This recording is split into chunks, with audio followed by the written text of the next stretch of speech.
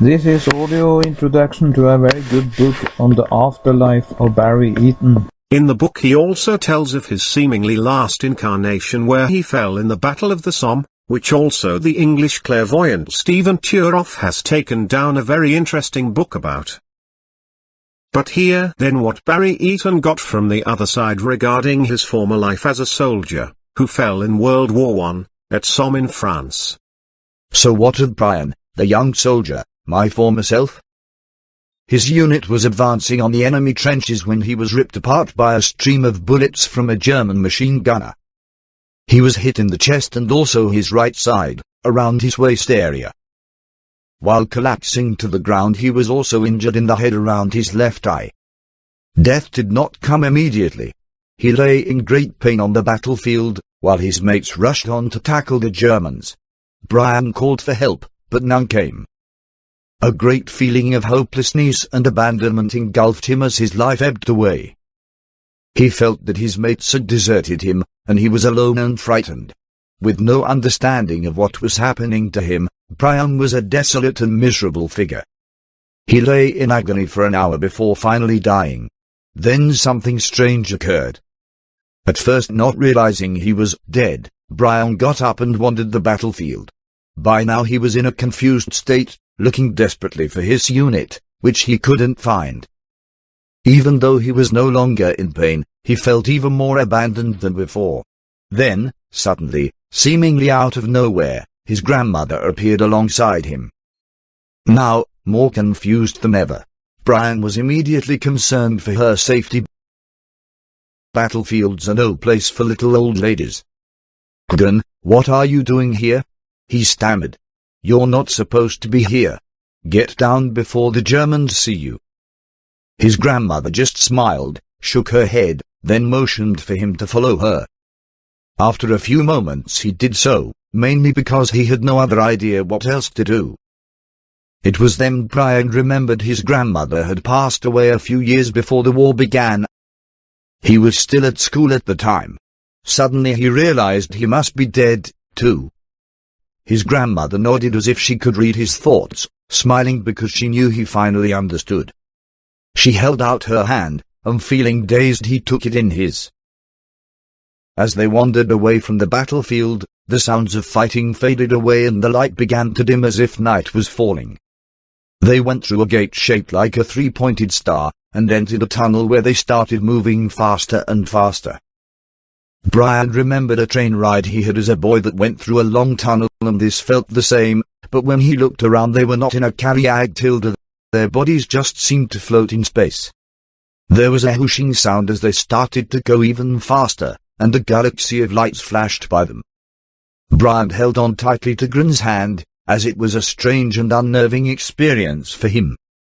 Then, without warning, they burst into bright sunlight. When his eyes adjusted, Brian thought he was back in Devon, England. They arrived at what seemed like a railway station, got into a trap pulled by a pony, and drove through the countryside.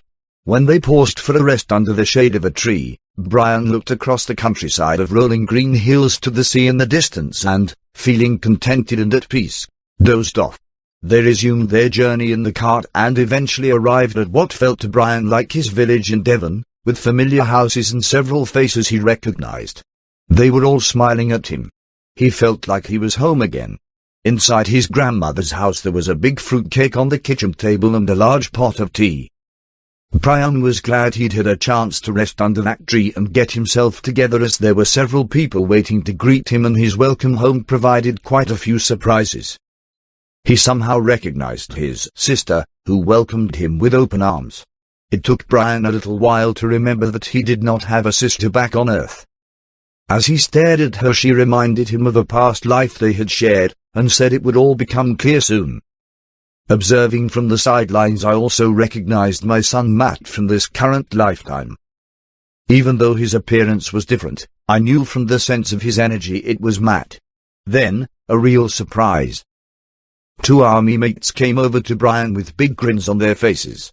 There was Tosh, the big cockney, and Larry, a much smaller bloke, who had both died before Brian, and they told him they had been waiting for him to come over. The final surprise was being welcomed by Captain Osborne. Brian's commanding officer, who, unlike many other officers, had always treated the men very decently. Brian jumped up to salute, but Osborne laughed and told him all that was behind them now. It was a great reunion, even if they did only have tea to drink. After a while Brian started to feel overwhelmed by the very happy, noisy tea party, so everybody said goodbye and left him to rest. It was only then that he started to worry about his family back on Earth, so he asked his grandmother about his wife Jenny and his little son Simon. She told him not to worry, explaining that if he wished, he would be able to go back and visit them later, when his strength returned. As Brian was feeling exhausted now, Ron showed him to a room where he could recover. The next chapter in my previous life came during another hypnotherapy session several months later. As I returned to my present consciousness, I was still feeling a little stunned that I could split myself between two realities in my life, in the 21st century and my life as a World War soldier. Yet the more I thought about it, the more I could feel the different emotions, the different bodies, the very different life situations. It was all too real to be a dream. But there's always that part of you that doubts. After this regression, I thought long and hard about this wartime experience I witnessed.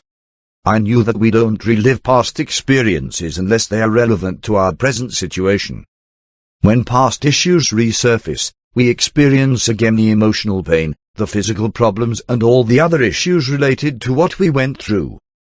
As I sifted through these experiences, several aspects of my current life also started to make sense. I had been born with a problem in my right side, so much so that I'd had a hernia operation at 2 years of age. It was my right side that had been badly hurt during battle. In my present life I also had a lazy muscle in my eye at birth and had to wear glasses at an early age.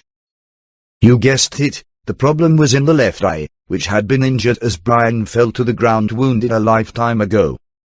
Fortunately I was given a spiritual operation on my left eye through John of God, the Brazilian medium who works with a team of doctors in spirit to heal people. Now I no longer need to wear glasses except for reading. My eyes have also straightened. An extreme case of eczema had erupted over 80% of my body after seeing John of God 2 years previously in New Zealand. I had asked him to release the past. Interestingly, the worst of the eczema was in my right side where my guide showed me Brian had been mortally wounded. During that operation in Brazil I experienced some very real sensations as the doctors in spirit worked to heal me.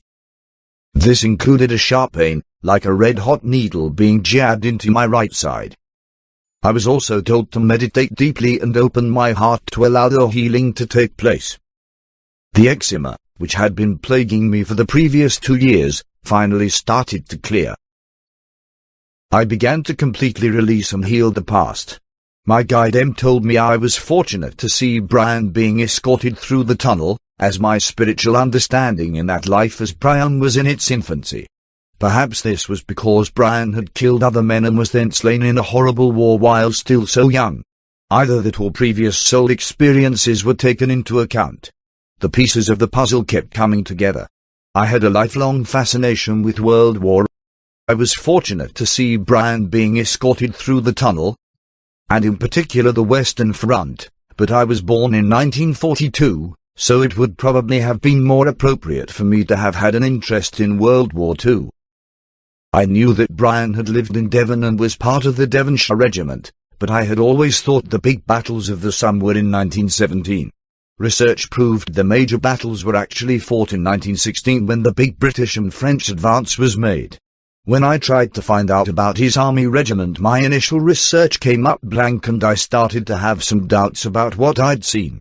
Then one winter's afternoon M's voice came into my thoughts telling me to switch on the TV and watch the History Channel. I found myself watching a program called The Battle of the Somme. The documentary gave me a very strange, unsettled feeling as I experienced a sense of déjà vu. I was stunned to hear a reference to the 2nd Devonshire Regiment. This was my regiment. It had played a key part in that July battle and suffered great casualties around Metz. So it had happened. My doubts were put to rest. A stone plaque erected at the entrance to the Devonshire Regiment's cemetery at Metz reads, "The 8th and 9th Devons suffered very heavy casualties as they left their forward trench to attack." Later that day the survivors buried their fallen comrades in that same trench and erected a wooden memorial with the words which are carved in the cross above. The Devonshires held this trench. The Devonshires hold it still. Past life researchers always take note of a person's fascination with a particular time or event in history, as it is a good indication you may have experienced a lifetime there. I have long been fascinated with ancient Egypt and Rome, and other past life regressions have revealed that I had lives in those periods of history as well. One regression revealed I was a Roman soldier sent to Egypt as part of the invading force. I was the son of a senator and was murdered by a jealous woman in Cairo. Apparently I was ordered back to Rome and had no intention of taking her with me, which triggered her rage. Shortly before this regression I had visited Cairo and experienced a real fear for my life. I was very puzzled as there was no good reason for this at the time. But, as often happens, past life regressions tap into our spirit and reveal a very good reason for our fears and fascinations.